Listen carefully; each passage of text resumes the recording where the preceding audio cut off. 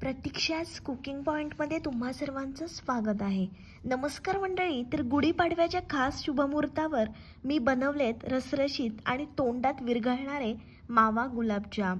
नववर्षाची गोड सुरुवात करायला आज बनवूया परफेक्ट मावा गुलाबजाम.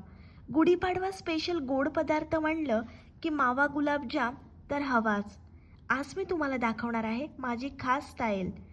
रसाने भरलेले मऊ आणि एकदम बाजारासारखे मावा गुलाबजाम आज आपण घरीच बनवणार आहोत. तर चला लगेच आपण रेसिपीला सुरुवात करूया. मी गिट्सचं इन्स्टंट मिक्स गुलाबजामुन पॅकेट घेतलेला आहे. गुढीपाडव्याचा आनंद दुप्पट करण्यासाठी आज बनवले सुपर सॉफ्ट मावा गुलाबजाम. याच्यासाठी मी अमूलचा मावा घेतलेला आहे. छान हे पीठ आपण मळून घेणार आहोत. त्याच्यासाठी आपण इन्स्टंट गुलाबजाम पावडर टाकलेली आहे. त्याच्यामध्येच आपण मावा टाकणार आहोत आणि 2-3 मी अशा रेसिपी दाखवल्या आहेत की त्याच्यामध्ये दुधामध्ये हे डो मी मळला आहे. तर आता आपण पाण्यात मळून बघणार आहोत. गुढीपाडव्याला गोड पदार्थ का बनवले जातात यामागे खूप सुंदर आणि सकारात्मक अर्थ आहे. गुढीपाडवा हा मराठी नववर्षाचा पहिला दिवस असतो. या दिवशी नवीन सुरुवात, आनंद आणि यश यांचं स्वागत केलं जातं. म्हणूनच गोड पदार्थ बनवण्याची परंपरा आहे. नवीन वर्ष गोड जावं म्हणून गुढीपाडव्याला गोड पदार्थ बनवला जातो. या दिवशी गोड खाल्लं की संपूर्ण वर्ष आनंदात, सुखात आणि गोड अनुभवांनी भरलेलं जावं अशी श्रद्धा आहे. आनंद आणि साजरा करण्याचं प्रतीक. गुढीपाडवा हा सण म्हणजे विजय, उत्साह आणि नव्या सुरुवातीचा दिवस. गोड पदार्थ हे आनंद व्यक्त करण्याचा एक मार्ग आहे. म्हणून ह्या गुढीपाडव्याला तुम्ही सुद्धा गिट्सचे इन्स्टंट गुलाबजामुन जरूर बनवा.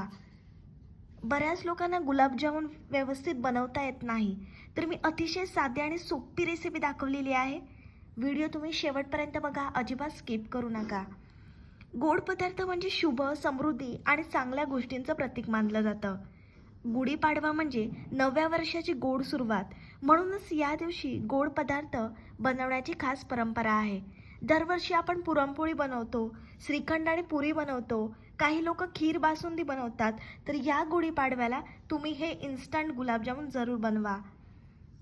आता तुम्हाला गुलाबजामुन आणण्यासाठी बाहेर जाण्याची गरज नाही आहे. तुम्ही घरच्या घरी एकदम मऊ, लुसलुशीत, सॉफ्ट गुलाबजामुन बनवू शकता. थोडंसं आपण तुपाचा हात घेऊन छान पीठ मळून घेणार आहोत. अजिबात क्रॅक जाता कामा नये एवढं आपल्याला सॉफ्ट असं पीठ मळून घ्यायचं आहे. आज मी बनवते सगळ्यांचा आवडीचा मऊ, रसरशीत आणि तोंडात विरघळणारा गुलाबजाम.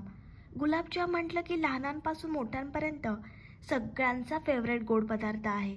घरी बनवलेले गुलाबजाम म्हणजे वेगळीच चव आणि प्रेम. बाहेरच्यापेक्षा खूपच एकदम स्पेशल वाटतात.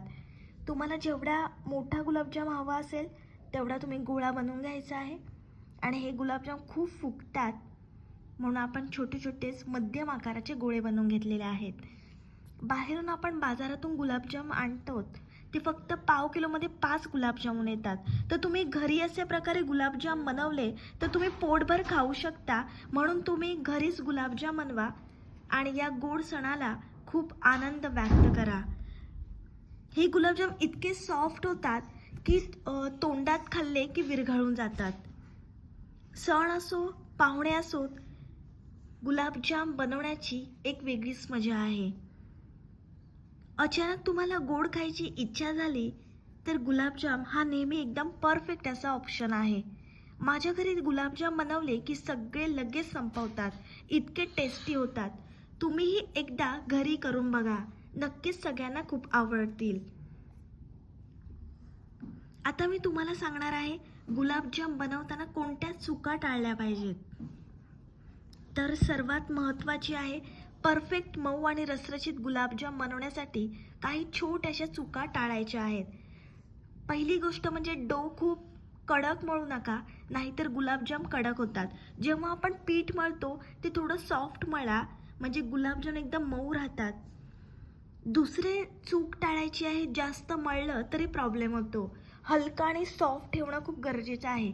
जर आपण भाकरी आणि चपातीचं पीठ मळतो तशा प्रकारे तुम्ही मळलं तर ते गुलाबजाम चांगले लागणार नाहीत. गोळे बनवताना क्रॅक्स राहू देऊ नका, नाहीतर तळताना फुटू शकतात. मग गोळा मळताना काय करायचं आहे आपल्याला, थोडंसं हाताला तूप लावून गोळा गोल आकारामध्ये करून घ्यायचा आहे. जेवढं तुमची तुपाची क्वांटिटी असेल तेवढाच गोळा तुपामध्ये सोडा, नाहीतर गुलाबजाम आपला फुटू शकतो. छान आपल्याला गोल फिरवून व्यवस्थित चारी बाजूने गुलाबजाम तळून घ्यायचा आहे. छान आपल्याला रंग सोनेरी येईपर्यंत मस्त गुलाबजाम तळून घ्यायचा आहे. तेल किंवा तूप जास्त गरम नको आणि खूप थंडही नको, मध्यम आचेवर तळणं खूप एकदम परफेक्ट असतं. तुम्ही जे घाईघाईत गुलाबजाम तळले तर ते काय होतील, बाहेरून ब्राऊन आणि आतून कच्चे राहतात, तर ते गुलाबजाम चांगले लागणार नाहीत. म्हणून गुलाबजाम बनवताना काय करायचं आहे, तर मध्यम आचेवर गुलाबजाम तळून घ्यायचे आहेत.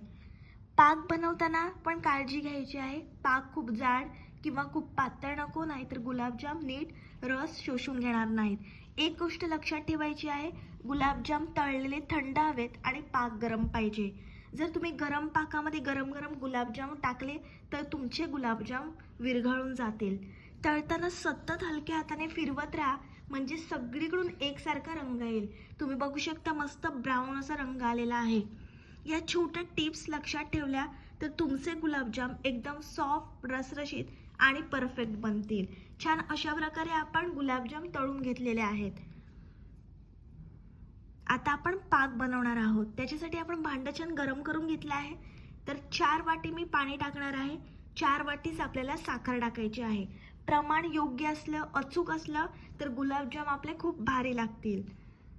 आज आपण बनवलेले आहेत गिट्सचे रेडी मिक्स वापरून मस्त सॉफ्ट आणि रसरशीत गुलाबजाम. गिट्सचा गुलाबजाम मिक्स म्हणजे घरच्या घरी पटकन आणि परफेक्ट गोड बनवायचा सोपा पर्याय आहे. ज्यांना पटकन गोड बनवायचं असतं त्यांच्यासाठी हे रेडी मिक्स खूप उपयोगी पडतं. तुमच्याकडे पाहुणे आले तर तुम्हाला प्रश्न पडतो की काय बनवू, तर हे गिट्सचे गुलाबजाम तुम्ही त्यांना बनवून खायला घालू शकता. थोडंसं आपण स्वादासाठी वेलची टाकलेली आहे. तुमच्याकडे वेलची पावडर असेल ती सुद्धा तुम्ही टाकू शकता.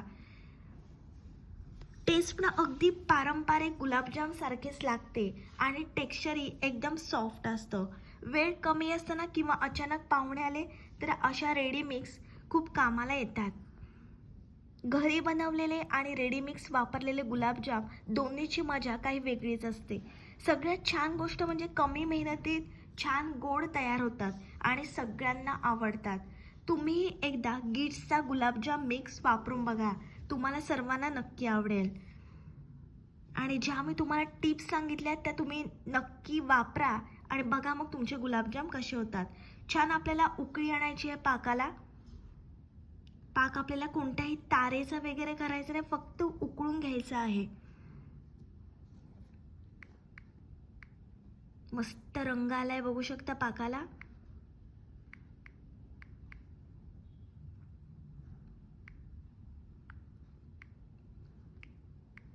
पाच मिनिटांसाठी आपण छान पाक उकळून घेतलेला आहे.